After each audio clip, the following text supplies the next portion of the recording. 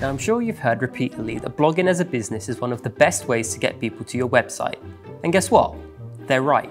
But if you've never blogged before, and especially if you don't consider yourself a word wizard, it's hard to know where to start. Well, I hope you're ready to find out, because Wednesdays and your blogs are about to get giant.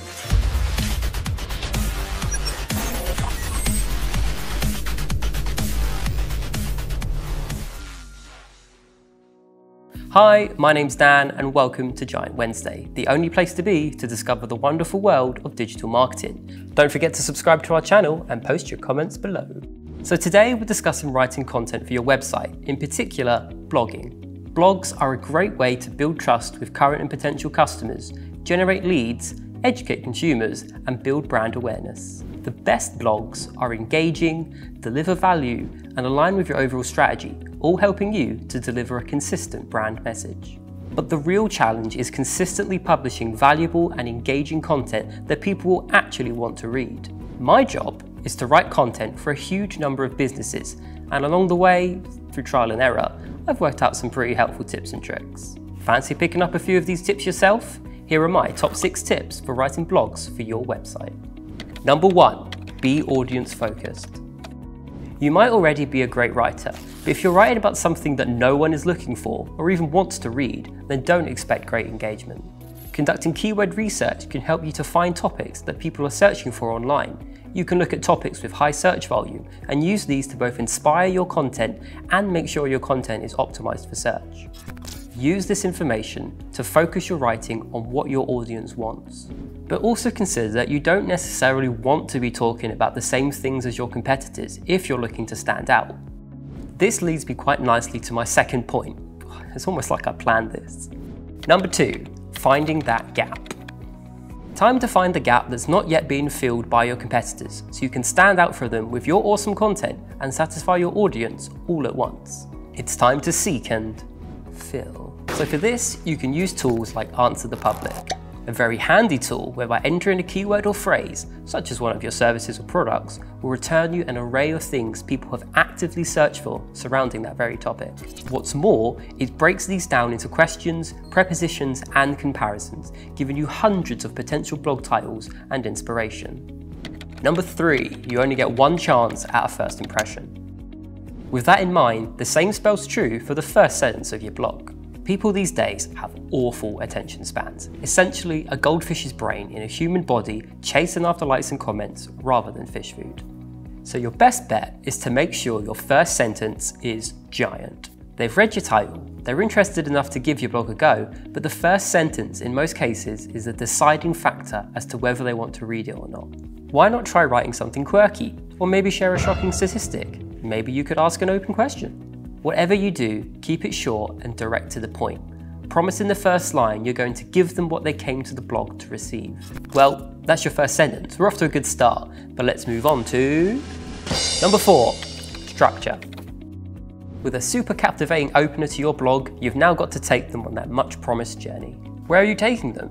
If you aren't so sure yourself, then you can be sure your reader has no hope either.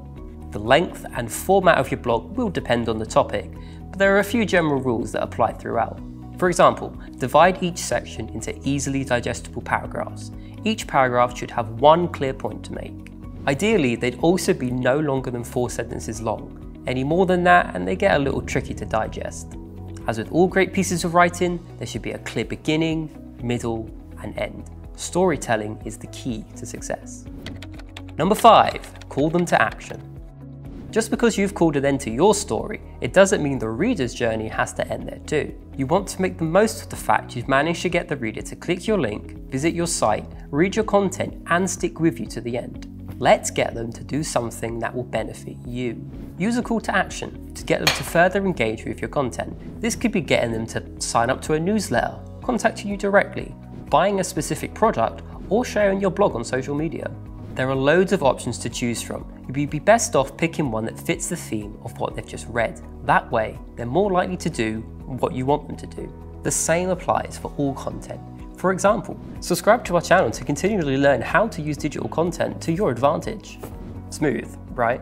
Don't waste the opportunity to make the users feel at home with your brand. And finally, number 6, check yourself.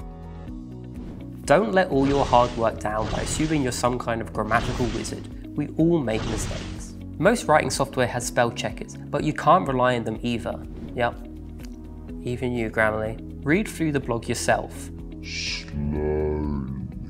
Then, if possible, get a co-worker to check it too. You might think you've nailed it, but another pair of eyes might just spot things that you didn't.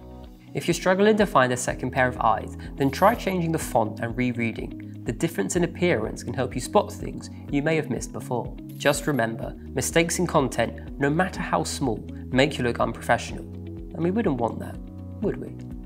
And that's that. Congratulations, you've found a topic, you've written a killer intro, and you've used a cleverly structured piece of writing to keep them entertained through to the end. Some of them have even clicked your call to action and continued through to your website. And, as far as you know, you made no mistakes because you triple checked. Smashed it. That's a quick look through my top 6 tips for writing content. Hopefully you picked up a thing or two and will now produce some smashing blogs. If you do, comment them below and we'll check them out. As with anything, practice makes perfect. Don't write one blog and give up if it doesn't get 100 views in the first 24 hours. Keep going. They're great from an SEO perspective and help build your brand to look like the subject matter experts you are. Let your blogging become one of your company's most valuable marketing tools, and remember to evolve the way you do things by measuring your activity. More on this another day. That's it for today. Go forth and comment your views on this, and be sure to give us a like and subscribe to see more great digital marketing content every week. Thanks for watching, and we'll see you next week for another Giant Wednesday.